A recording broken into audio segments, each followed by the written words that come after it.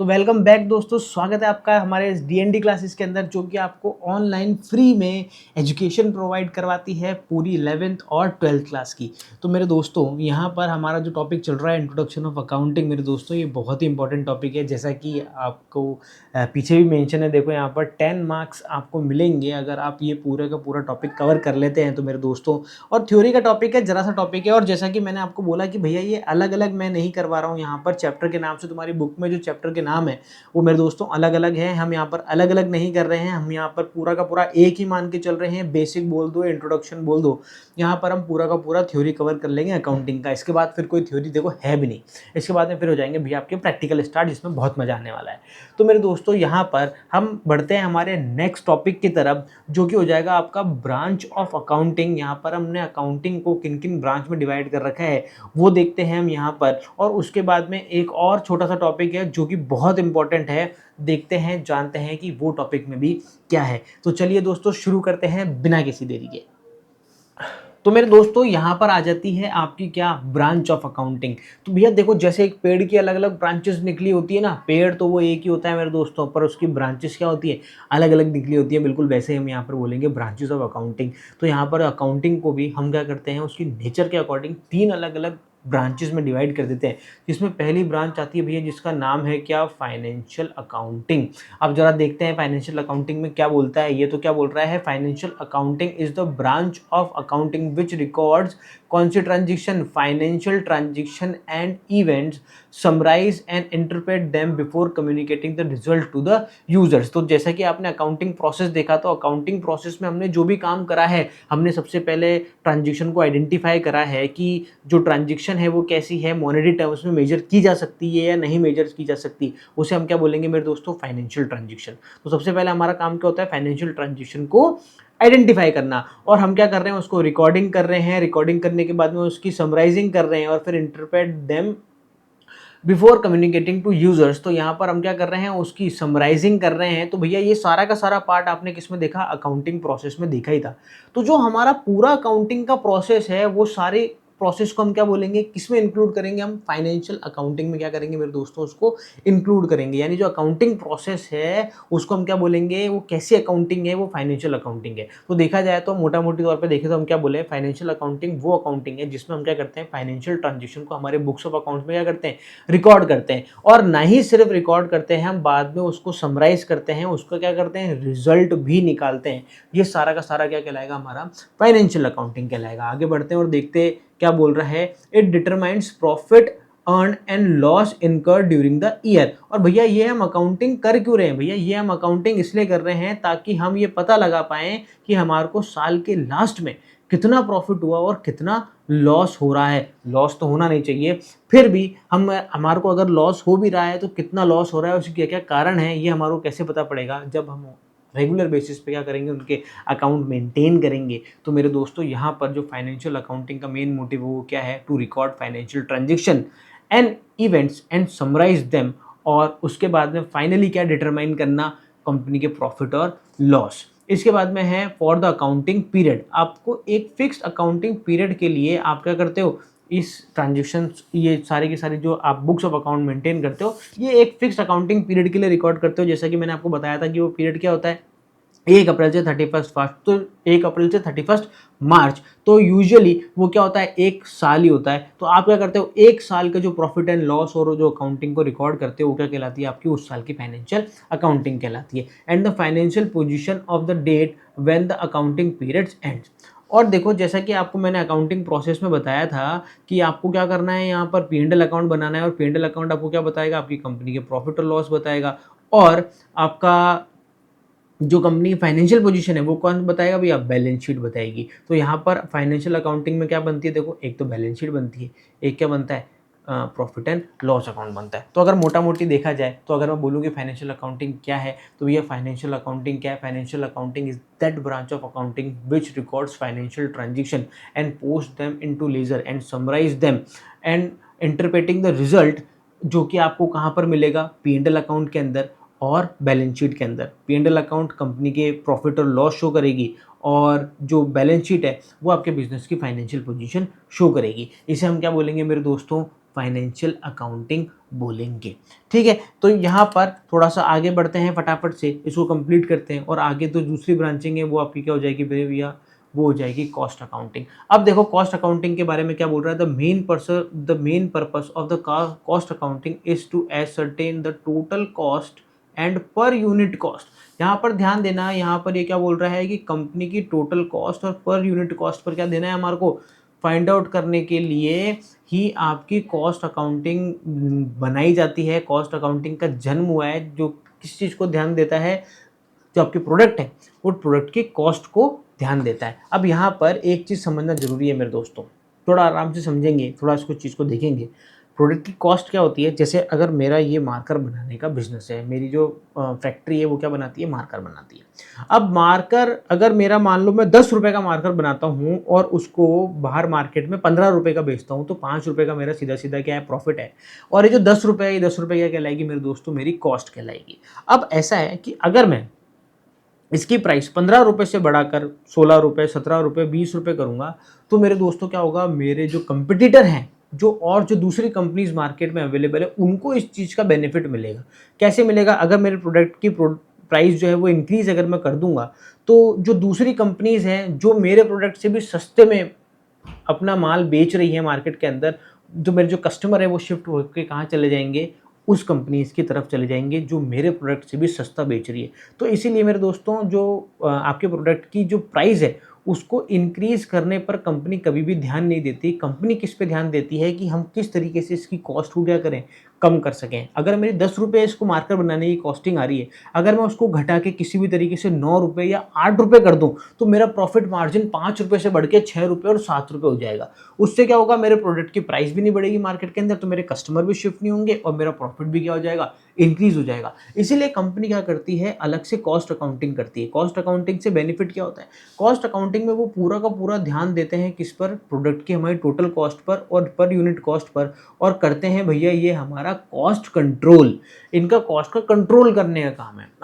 आगे देखते हैं हम आगे क्या बोलता है। आगे, the main purpose of cost accounting is to ascertain the total cost and per unit cost of goods produced and services rendered by a business.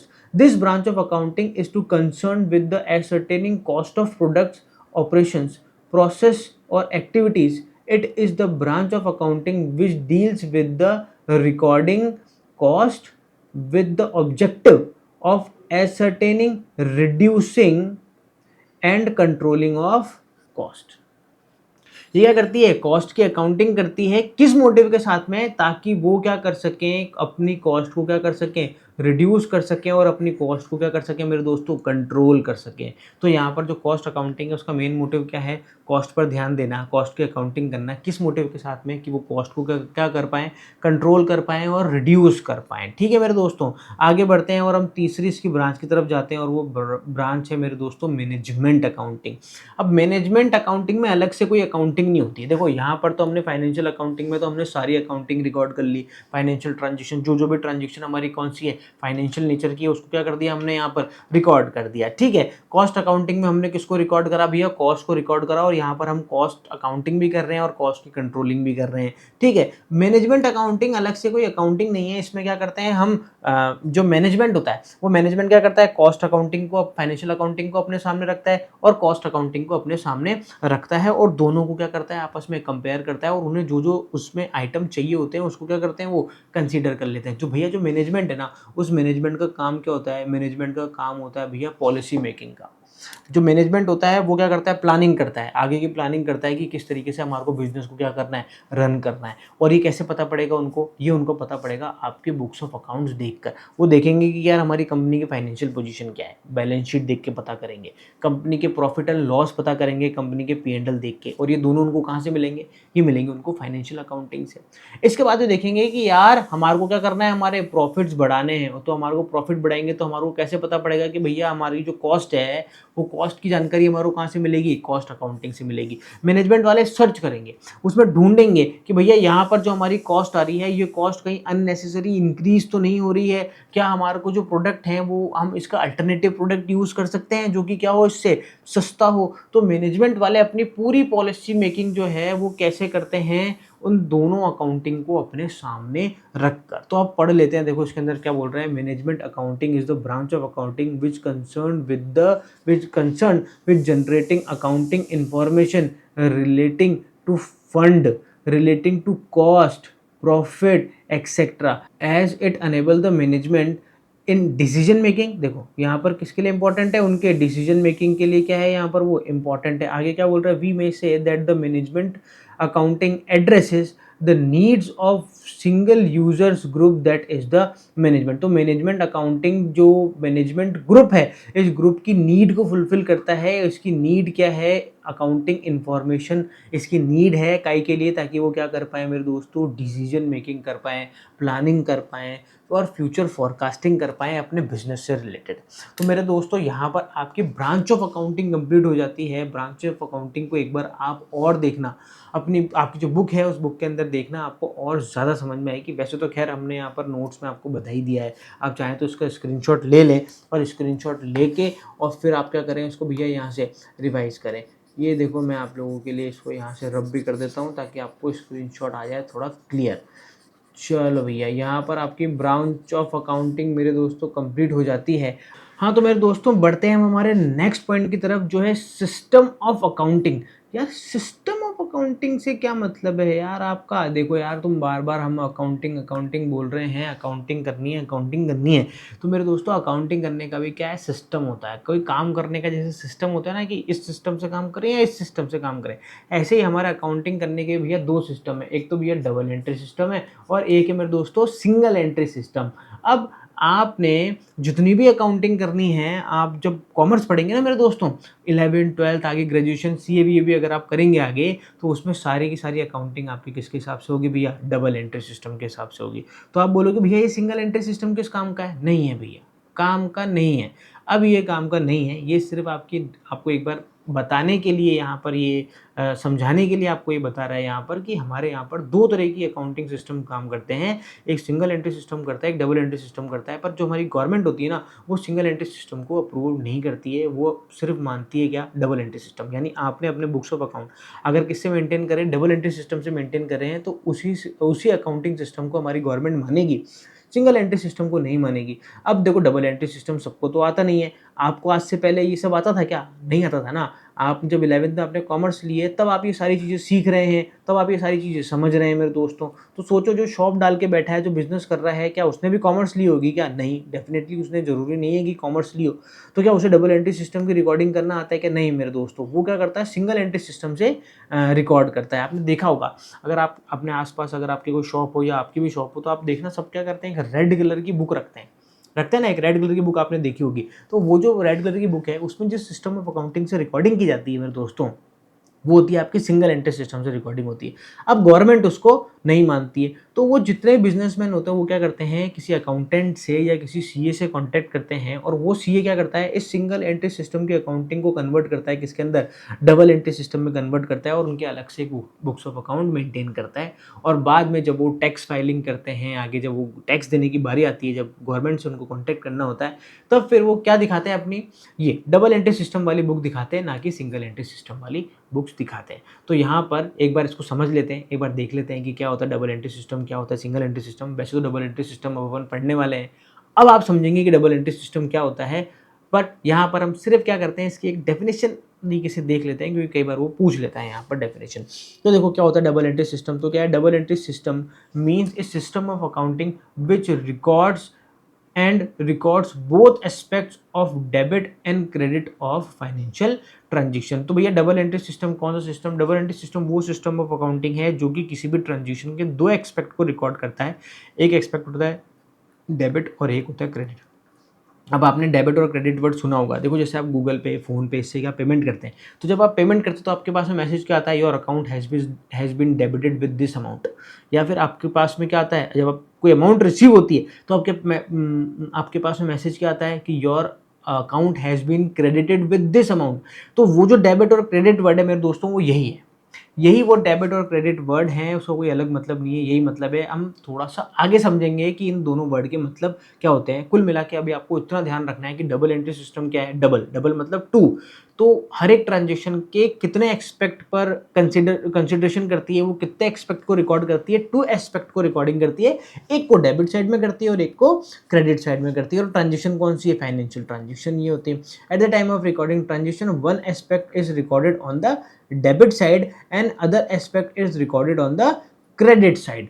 Example हम अभी नहीं देखेंगे, एग्जाम्पल का भी कोई मतलब नहीं है हमारे लिए, क्योंकि जब हम आगे पढ़ेंगे तभी हमारे को एग्जाम्पल क्या होगा मेरे दोस्तों ज़्यादा समझ में आएगा। अभी आपको सिर्फ इतना ध्यान रखना है कि डबल एंट्री सिस्टम क्या है। डबल एंट्री सिस्टम वो सिस्टम है जो हर एक ट्रांजेक्शन की कितनी एस्पेक्ट को रिकॉर्ड करते हैं, टू एस्पेक्ट को रिकॉर्डिंग करते हैं। One side is debit side and the other side is credit side. तो एक साइड तो हम डेबिट साइड में रिकॉर्ड करेंगे और एक साइड हम क्रेडिट साइड में रिकॉर्ड करेंगे। ये और बेहतर तरीके से मेरे दोस्तों तब समझ में आएगा जब हम आगे जर्नल एंट्री और जो उसके आगे के जो प्रैक्टिकल चैप्टर जो हम देखेंगे, तब आपको अच्छी तरीके से समझ में आएगा कि क्या डेबिट होता है और क्या क्रेडिट होता है। इसके बाद में आप देख लो भैया क्या single entry system. Single entry system of recording transaction in the books of accounts में be defined as an incomplete double entry system. इसको हम क्या बोलेंगे, इनकम्प्लीट डबल एंट्री सिस्टम भी बोलेंगे, क्योंकि ये क्या कर रहा है, दो की बजाय कितने एक्सपेक्ट पे रिकॉर्डिंग करता है, एक ही एक्सपेक्ट पे रिकॉर्डिंग करता है। In this system all transaction are not recorded on double entry basis. In some transaction both aspect of the transaction are recorded, while in other either one aspect is recorded or not recorded at all। ये क्या करता है भैया, incomplete record भी बोलते हैं हम इसको। इनकम्प्लीट रिकॉर्ड ये इसलिए बोलते हैं क्योंकि किसी ट्रांजिशन के तो ये दोनों एस्पेक्ट रिकॉर्डिंग कर लेता है, किसी के सिर्फ सिंगल एस्पेक्ट रिकॉर्डिंग करता है, और कोई कोई ट्रांजेक्शन तो ऐसी होती है जिनको ये रिकॉर्ड ही नहीं करता है। तो यहाँ पर इसको सिंगल एंट्री को हम क्या बोलते हैं, इनकम्प्लीट रिकॉर्ड्स भी बोले जाता है। बट जब आप अकाउंटिंग कर लोगे, अकाउंटिंग करना सीख जाओगे, तब आप क्या करोगे, इस सिंगल एंट्री को देखकर भी आप क्या बना पाओगे, उसकी डबल एंट्री बना पाओगे, और इसी चीज़ के आप पैसे लोगे मेरे दोस्तों। क्योंकि देखो यहाँ पर सब लोगों को अकाउंटिंग करना तो आते नहीं है, सारे बिजनेसमैन को अकाउंटिंग करना तो आता नहीं है, और ना ही सारे बिजनेसमैन अकाउंटिंग करना सीखेंगे। वो कभी भी नहीं सीखेंगे, वो अपने बिजनेस पे ध्यान देंगे या अकाउंटिंग करना सीखेंगे। तो वो क्या करते हैं, एक अकाउंटेंट रखते हैं। तो आप क्या कर सकते हैं, एक अकाउंटिंग की जॉब भी कर सकते हैं। जितने भी आपके बिजनेसेस हैं आसपास, आप क्या करो, 2-4 अलग अलग बिजनेस पकड़ लो और कह दो क्या उनको कि हम क्या कर रहे हैं, आपकी अकाउंटिंग करते हैं, और आपके सिंगल एंट्री सिस्टम को किस में कन्वर्ट करेंगे, हम डबल एंट्री सिस्टम में कन्वर्ट करेंगे। ये मैं आपको बता रहा हूँ इन फ्यूचर में कि आपको कहाँ का जॉब अपॉर्चुनिटीज़ मिल सकती है मेरे दोस्तों। तो यहाँ पर आपका ये कंप्लीट हो जाता है भैया सिस्टम ऑफ अकाउंटिंग। तो हमने यहाँ पर अभी तक 2 टॉपिक पढ़े। एक तो पढ़ा आपने सिस्टम ऑफ अकाउंटिंग, जिसमें हमने 2 सिस्टम देखे, एक तो है डबल एंट्री सिस्टम और एक है सिंगल एंट्री सिस्टम। और एक हमने पढ़ा भैया ब्रांच ऑफ अकाउंटिंग। तो ब्रांच ऑफ अकाउंटिंग में हमने 3 ब्रांच ऑफ अकाउंटिंग देखी। एक तो हो गई आपकी कौन सी, फाइनेंशियल अकाउंटिंग, एक हो गई आपकी कॉस्ट अकाउंटिंग, और तीसरी कौन सी होगी मेरे दोस्तों, मैनेजमेंट अकाउंटिंग। तो यहाँ पर आपका ये एक और टॉपिक कंप्लीट होता है। अब हम बढ़ते हैं नेक्स्ट टॉपिक की तरफ। तो मेरे दोस्तों यहाँ पर हम बढ़ जाते हैं नेक्स्ट टॉपिक की तरफ, जो कि क्या बोलता है, जो ये बताता है कि qualitative characteristics of accounting information. मेरे दोस्तों कैरेक्टरिस्टिक्स बता रहा है, पर ये खास तौर से किसकी बात कर रहा है, qualitative characteristics of accounting information की बात कर रहा है। तो इसमें ज़रा पढ़ते हैं और देखते हैं क्या बोल रहा है। ये ऐसे बोल रहा है यहाँ पर, the fundamental characteristics of accounting is true and fair. Besides this, qualitative characteristics are attributes that makes the accounting information useful to users. The qualitative characteristics are, देखो आपने ना जो अकाउंटिंग इन्फॉर्मेशन देखी थी, हमने क्या अकाउंटिंग प्रोसेस पढ़ा था। अकाउंटिंग प्रोसेस में सबसे आपने लास्ट में क्या बनाया था, फाइनेंशियल स्टेटमेंट बनाए थे। वो जो फाइनेंशियल स्टेटमेंट्स हैं वही क्या आपकी पूरी की पूरी अकाउंटिंग इन्फॉर्मेशन है। और आप उस अकाउंटिंग इन्फॉर्मेशन को क्या करते हो, खुद के पास तो रखते नहीं हो, आप उस सारी इन्फॉर्मेशन को कहाँ पर शेयर कर देते हो, यूज़र्स को शेयर कर देते हो। जो जो भी उसके यूज़र्स हैं आप उनको क्या कर देते हो, वो फॉरवर्ड कर देते हो, शेयर कर देते हो। तो यहाँ पर ये बोलना चाह रहा है कि जो अकाउंटिंग इन्फॉर्मेशन आप अपने यूज़र्स को शेयर करोगे, उसमें उस अकाउंटिंग इन्फॉर्मेशन में क्या क्या क्वालिटी होनी चाहिए कि वो क्या बन पाए, उनके लिए यूज़फुल बन पाए। तो सबसे पहली क्वालिटी क्या होनी चाहिए, रिलायबिलिटी। रिलायबिलिटी का मतलब क्या हो गया, accounting information should be reliable. Reliable हम किसको बोलते हैं, जिस पर हम विश्वास कर सकें, जिसमें सत्यता हो, उसे हम क्या बोलेंगे भैया, reliable. Reliability of information means it is verifiable, free from bias and material error. यहाँ पर वो बिल्कुल शुद्ध होना चाहिए, बिल्कुल प्योर होना चाहिए। सबसे पहली चीज़ तो आप उसको वेरीफाई कर सकें, यानी कोई भी यूज़र है वो उसको वेरीफाई कर सकें, उसमें फ्रॉड नहीं होना चाहिए, कुछ भी ऐसी चीज़ें नहीं होनी चाहिए जो कि गलत लिखी हुई हो, जो कि फ्रॉड पर्पज़ से लिखी गई हो, ऐसी चीज़ें उसमें नहीं होनी चाहिए। दूसरा, वो एरर फ्री होना चाहिए, उसमें एरर्स नहीं होनी चाहिए। दूसरा, वो क्या होना चाहिए, बायस्ड नहीं होना चाहिए। बायस से मेरा मतलब हो गया कि उसमें ऐसा कंपनी क्या करती है, मान लो अपने प्रॉफिट्स कम दिखाना चाहती है, तो वो क्या कर देती है, एक्सपेंसेस को क्या करती है, बढ़ा के दिखा देती है। तो यहाँ पर ये क्या हो, एक बायस्ड हो गया ये, यहाँ पर वो फेयर इन्फॉर्मेशन यहाँ पर शो नहीं कर रही है मेरे दोस्तों। तो इसीलिए जो भी आप अकाउंटिंग इन्फॉर्मेशन बनाएंगे मेरे दोस्तों, सबसे पहले तो वो क्या होनी चाहिए, रिलायबल होनी चाहिए। रिलायबल में 3 चीज़ों का होना बहुत ज़रूरी है। एक तो बायस्ड नहीं होनी चाहिए, एक एरर फ्री होनी चाहिए, दूसरा आप उसको वेरीफाई भी कर सकें, ऐसी वो होनी चाहिए। इसके बाद में जो सेकंड पॉइंट आता है वो आता है भैया रिलेवेंस। रिलेवेंस का क्या मतलब हो गया, accounting information must be relevant to the users. भैया रिलेवेंट का क्या मतलब होता है, भैया अगर आज हम क्या पढ़ रहे हैं, कॉमर्स पढ़ रहे हैं, तो जितनी भी इकोनॉमिक एक्टिविटी है वो हमारे से रिलेवेंट है, मतलब हमारे फील्ड की है, हमें उसके बारे में पता होना ज़रूरी है। अगर अपन कॉमर्स के अपने सामने कोई साइंस के रूल्स बताएगा, कोई फिजिक्स के रूल बताएगा, तो भैया वो हमारे लिए रिलेवेंट नहीं है, वो हमारे को समझ में नहीं आएगा। तो ऐसे ही हैं भैया हमारे यूज़र्स। तो जो हमारे यूज़र्स हैं ना, आपको जो उनको इन्फॉर्मेशन देनी है वो भी क्या होनी चाहिए, उनके रिलेवेंट होनी चाहिए, ऐसी होनी चाहिए जो उनसे संबंधित हो। जो उनसे रिलेटेड नहीं है वो उनके लिए रिलेवेंट भी नहीं है। आगे देखते हैं, information is relevant if it meets the needs of users in decision making. अगर वो हमारे जो यूजर्स हैं उनकी डिसीजन मेकिंग की जो नीड है, अगर वो इन्फॉर्मेशन आपकी फुलफिल कर रही है, तो फिर तो आपका मटेरियल क्या है, रिलेवेंट है। और अगर वो उनकी किसी भी तरह की कोई हेल्प नहीं कर पा रही है, उन्हें जो इन्फॉर्मेशन चाहिए वो इन्फॉर्मेशन आप नहीं दे पा रहे हैं, इसका मतलब वो इन्फॉर्मेशन उनसे रिलेटिव या रिलेवेंस नहीं रखती है। आगे बात करते हैं थर्ड पॉइंट की तरफ, जो क्या है भैया, अंडरस्टैंडेबल। भैया ये तो हर जगह काम करता है। अगर मैं आपको यहाँ पर ये नोट्स दिखा रहा हूँ, ये नोट्स आप देख रहे हैं, ये नोट्स आप पढ़ रहे हैं, अगर मैं ऐसा लिख दूँ इसके अंदर कि जो आपको समझ में ही नहीं आ रहा है, तो वो अंडरस्टैंडेबल नहीं है। और अंडरस्टैंडेबल तो भैया फिर तो काले अक्षर भैंस बराबर हो जाएंगे कि नहीं हो जाएंगे। बिल्कुल वही बात है कि आप जो भी अकाउंटिंग इन्फॉर्मेशन बना रहे हैं वो इस पैटर्न में होनी चाहिए, उसके स्टेटमेंट इस तरीके के होने चाहिए जो अंडरस्टैंडेबल हो। तो क्या understandable means that the information provided through the financial statement must be presented in a manner that the users are able to understand it. आपको उसको इस तरीके से प्रेजेंट करना है यूजर्स को कि क्या हो, उसको अच्छे से समझ सके। ठीक है ना, तो अंडरस्टैंडेबल होनी चाहिए। इसके बाद में चौथी बात आ जाती है, फोर्थ बात आ जाती है कंपैरेटिबिलिटी। इसमें क्या बोल रहा है, comparability means that the user should be able to compare the accounting information of an enterprise of the period either with that the other periods known as intra firm comparison. यहाँ पर एक वर्ड निकल के आ रहा है भैया, intra firm comparison. तो जो आपके यूज़र्स है ना, वो यूज़र्स क्या करेंगे भैया, आपके पिछले साल यानी आपने प्रीवियस ईयर में जो आपने उनको इन्फॉर्मेशन दी थी, उस इन्फॉर्मेशन को आपके करंट ईयर की इन्फॉर्मेशन से क्या कर सके भैया, कंपैरिजन कर सकें। तो जो आपकी अकाउंटिंग इन्फॉर्मेशन है वो ऐसी होनी चाहिए जो यूजर्स के लिए हेल्पफुल हो, जिससे वो क्या कर सकें, प्रीवियस ईयर की इन्फॉर्मेशन को आपके करंट ईयर की इन्फॉर्मेशन से क्या कर सकें मेरे दोस्तों, कंपेयर कर सकें। और वो कंपेयर क्यों करेंगे, वो कंपेयर इसलिए करेंगे ताकि वो ये देख सकें कि हमारी फर्म की कितनी ग्रोथ हो रही है। अगर पहले के मुकाबले हमारी फर्म ऊपर की तरफ गई है, तो इसका मतलब हमारी फर्म क्या हो रही है, ग्रोथ हो रही है। तो हमें पता कैसे पड़ेगा, हमें पता पड़ेगा जब हम पिछले साल के हमारे रिकॉर्ड्स देखेंगे और करंट ईयर के रिकॉर्ड देखेंगे, और दोनों को सामने रख के क्या करेंगे, कंपेयर करेंगे कि पिछले साल के मुकाबले अब हमारी कंपनी की फाइनेंशियल पोजीशन क्या है। ठीक है, तो कंपैरेटिबिलिटी होनी चाहिए आपकी इंफॉर्मेशन के अंदर। ऐसा नहीं होना चाहिए कि पहले तो आपने कुछ अलग मेथड से अकाउंट बनाए थे, अब आप कुछ अलग मेथड से अकाउंट बना रहे हो, तो जब आपने मेथड ही चेंज कर लिया तो फिर आप दोनों को कंपेयर कैसे करोगे।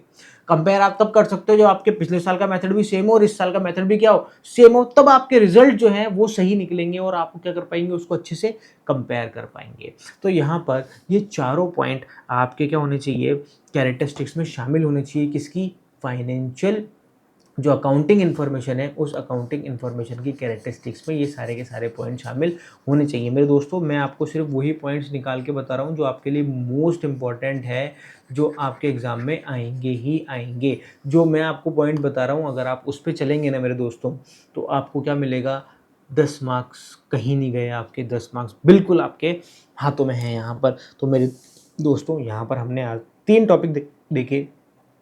एक तो qualitative characteristics of accounting information, ये तो हो गया आपका थर्ड टॉपिक। उसके बाद में सेकंड टॉपिक हमने क्या देखा, सेकंड टॉपिक हमने देखा था ब्रांच ऑफ अकाउंटिंग के ब्रांचेस ऑफ अकाउंटिंग क्या क्या है। उसके बाद में हमने देखा कि जो हमारा बुक कीपिंग और अकाउंटिंग, हमने देखा कि डबल एंट्री सिस्टम और सिंगल एंट्री सिस्टम से किस तरीके से आप जो है अपने अकाउंट को क्या कर सकते हैं, मेंटेन कर सकते हैं। तो यहाँ पर मेरे दोस्तों थ्योरी इस वीडियो के अंदर हम इतनी ही पढ़ेंगे। ज़्यादा बड़ी वीडियो जाती है अगर थ्योरी की तो बड़ी बोरिंग हो जाती है। प्रैक्टिकल पढ़ेंगे तो प्रैक्टिकल के अंदर तो क्या होगा, हम बड़े वीडियो बना सकते हैं, पर थ्योरी के अंदर अगर हम बड़े वीडियो बनाएंगे मेरे दोस्तों तो आप भी सो जाएंगे और बड़ा बोरिंग हो जाएगा।